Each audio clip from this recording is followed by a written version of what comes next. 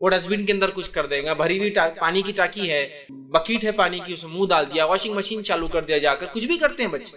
تو ماں کیا کریں گی, چلو نماز پڑھنے کا, آؤ بڑا, گود میں لیا, اللہ بچہ گود میں آ گیا. بہت سی عورتیں بولتی ہیں نماز کس طرح پڑھنا, بچہ بہت ضدی ہے, سنتا نہیں ہے نا. سنت میں طریقہ, یہ فرض نماز آپ نے پڑھائی. اب ایک صاحب ایک دن بولنے لگے یہ نماز میں جو ہے جو لوگ بولتے بخاری پہ عمل کرنا اور اس پہ عمل کرنا, یہ ان کو بخار چڑھا ہوا ہے بخاری کا بولے, اور ایسا ہے ویسا ہے, جاؤ بولے بچوں گود میں لے کے نماز پڑھو, بولے جاؤ. اللہ کے رسول پڑھتے تھے. میں نے کہا ٹھیک ہے, جب بچے رہیں گے تو ہم پڑھیں گے نا گود میں لے کے, حدیث ہی سکھا رہی ہے نا ہم کو. جیسا کہ میں گھر سے باہر نکلا, میری بیوی اسپتال میں ہے, میرا ایک چھوٹا سا بچہ میرے ساتھ ہے, اور نماز کا بھی ٹائم ہو گیا, اب کیا کروں, نماز چھوڑوں یا پڑھوں؟ تو میں بچے کو لے کے پڑھوں گا, جا کے مسجد میں جاؤں گا اور لے کے پڑھوں گا گود میں. اب ہے میرے پاس جواز اس کا, خاموخواہ نہیں. حدیث میں کیا راستے جاتے تھے بچوں کو اٹھا کے نماز میں پھر لے کے پڑھتے تھے, ضرورت کے تحت, سمپل. وہی صاحب ایک دن بیان دینے لگے حسن اور حسین کی فضیلت, کہ کہا یہ حسن اور حسین آ جاتے تھے نبی اکرم صلی اللہ علیہ وسلم کے پیٹ پہ بیٹھتے تھے نماز میں, سامنے جاتے تھے, حسن ان کو لے کے نماز پڑھتے. میں نے کہا اب کیا ہوا, اب فضیلت بیان کرنے میں حسن اور حسین کی, اب برابر وہ روایتوں کو بیان کرتے ہو. یس, اس سے تو مسائل نکل رہے ہیں. تو ایک انسان جو ہے نماز میں اگر بچے کو لینا ہو اور اس کی وجہ سے کوئی حرکت پڑھنے, جائز حرکت ہے.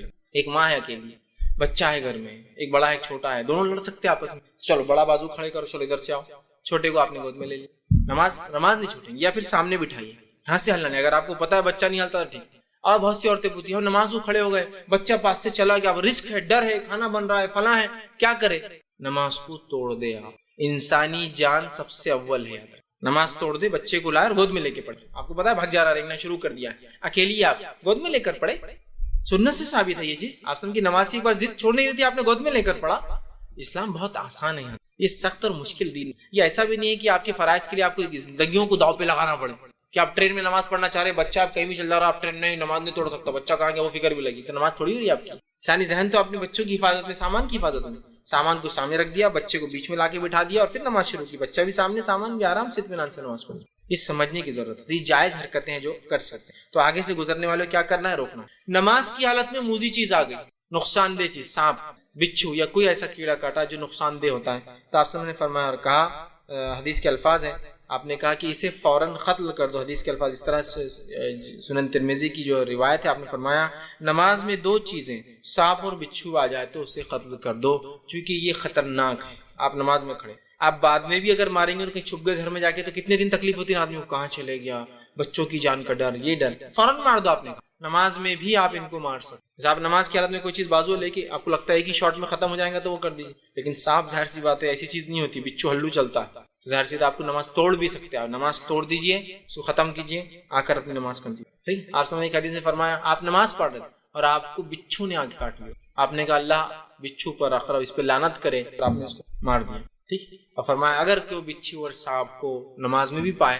تو کیا کرے, قتل مار دے اس کو, اس لیے کہ یہ انسان. تو ایسا موذی چیزیں ہو سکتی ہے, کچھ آ جائے, کوئی اور بھی کیڑا کاٹا جو ہمارے علاقے میں بہت زہریلا ہوتا ہے, سانپ بچھو تو ایک دم عموماً جس کو کہیں گے دنیا بھر میں فیمس ہے یہ دونوں جانور نقصان کے لیے. کچھ بھی ہو سکتا ہے, کوئی زہریلی مکڑی آ جائے, ہمارے پاس نہیں ہوتی, لیکن بہت سارے علاقوں میں, خلیج کے یا امریکہ میں, اس میں بڑی بڑی زہریلی مکڑیاں ہوتی ہیں جو کہ بالکل سانپ اور بچھو کے برابر ہی زہر رکھتی ہے اور اتنی ہی خطرناک ہوتی ہے جان کے لیے, تو وہاں بھی انسان توڑ سکتا ہے. مطلب ہے موذی چیز جو انسانی جان کو نقصان اٹھ کے آپ اس کو قتل کر سکتے. اسی طرح جو ہے اگر نماز کی حالت میں کوئی سلام کہے تو انسان ہتھیلی سے اس کا جواب بھی دے سکتا ہے. نبی اکرم صلی اللہ علیہ وسلم کو دیکھا گیا, سنن ترمذی کی روایت ہے, آپ کو کسی نے سلام کیا اور آپ نے اس کو ہتھیلی سے جواب دیا. ٹھیک, تو نماز کے اندر کوئی سلام کر دے تو آپ اس کو ہتھیلی سے جواب بھی دے سکتے ہیں. اور یہ عمل بعد کے دور میں صحابہ سے بھی ملتا ہے کہ صحابہ اس طرح سے کوئی مسجد میں سلام کرتا تو اس کو جواب دیا کرتے, سیدھی ہتھیلی کو اٹھا کر نماز کی ہی حالت میں.